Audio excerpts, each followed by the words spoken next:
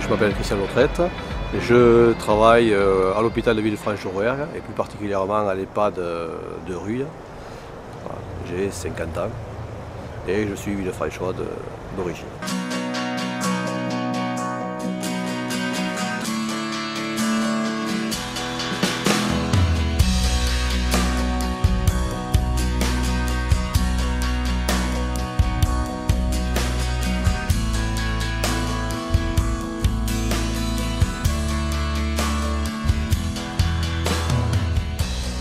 J'ai commencé par passer le CAP d'ébéniste, je suis un artisan local et ma passion des pompiers m'a emporté à rentrer à l'armée, pompier de Paris.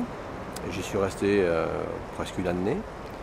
Puis revenant sur Villefranche, l'employeur que j'avais ne pouvait pas franchement me remployer à ce moment-là. Donc j'ai fait des demandes un peu partout, l'hôpital a répondu favorable à un emploi et je me suis retrouvé de travailler dans les services, c'est quelque chose que je n'avais pas du tout prévu. Quelque part où je me suis trouvé bien aussi. De passer ébéniste à SH, c'est pas tout à fait les mêmes cordes, mais ce qui m'a aidé peut-être de passer un petit peu à SH, c'est ma passion de pompier qui était l'aide aux personnes, qui m'a amené à me plaire dans ce métier.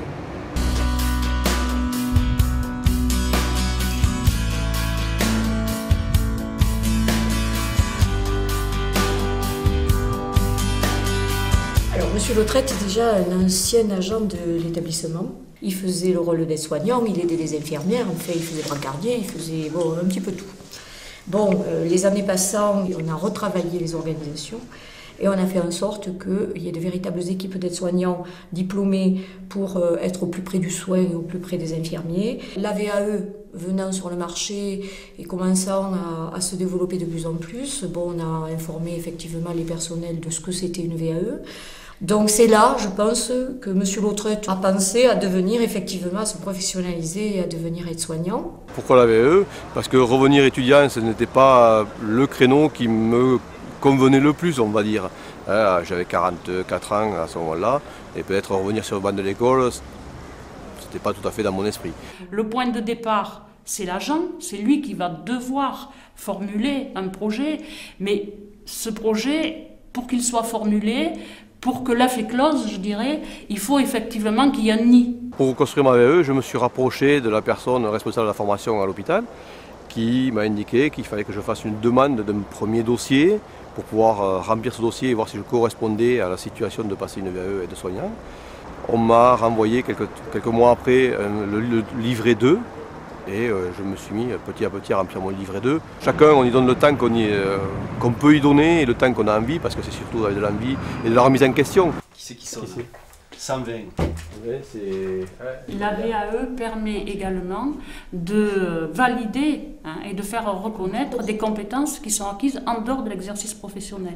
Et ce diplôme, par l'intermédiaire de la VAE, lui permet effectivement de valoriser cette expérience-là. La NFH a un rôle d'accompagnement tout au long du plan de formation, c'est-à-dire qu'effectivement, ils nous servent de conseils d'experts lorsqu'on a besoin effectivement d'avoir un certain nombre de renseignements, notamment pour nous aider. En ce qui concerne donc cette formation VAE, ils ont eu un rôle, puisque certains agents ont fait l'accompagnement des 70 heures au titre du congé de formation professionnelle qui est géré directement par la NFH. La fonction de la NFH est importante, la preuve, c'est qu'elle nous aide à aujourd'hui à pouvoir évoluer dans notre carrière. 110, Jeanne, aucun problème.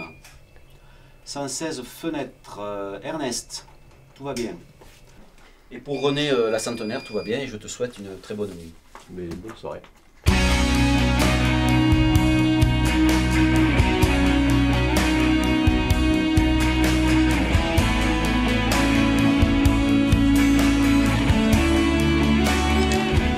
Alors cette VAE, je l'ai eu, j'avais le résultat une semaine après.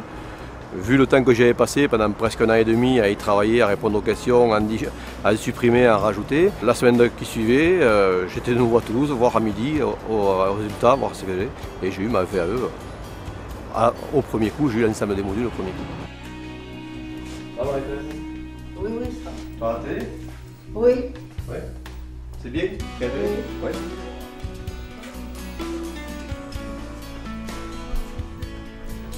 Par rapport à la mission que j'avais avant d'ASH, travailler de nuit, Ma mission n'a pas vraiment changé. Ma fonction correspond bien à l'emploi que j'ai. Aujourd'hui, le temps que j'ai passé n'est pas inintéressant. Je suis aide-soignant de nouveau dans le service, au poste que j'employais et que je continue à avoir. On se sent un peu plus dans l'emploi, on se sent un peu plus concerné par l'emploi qu'on a. Et ce ne sont que des choses positives.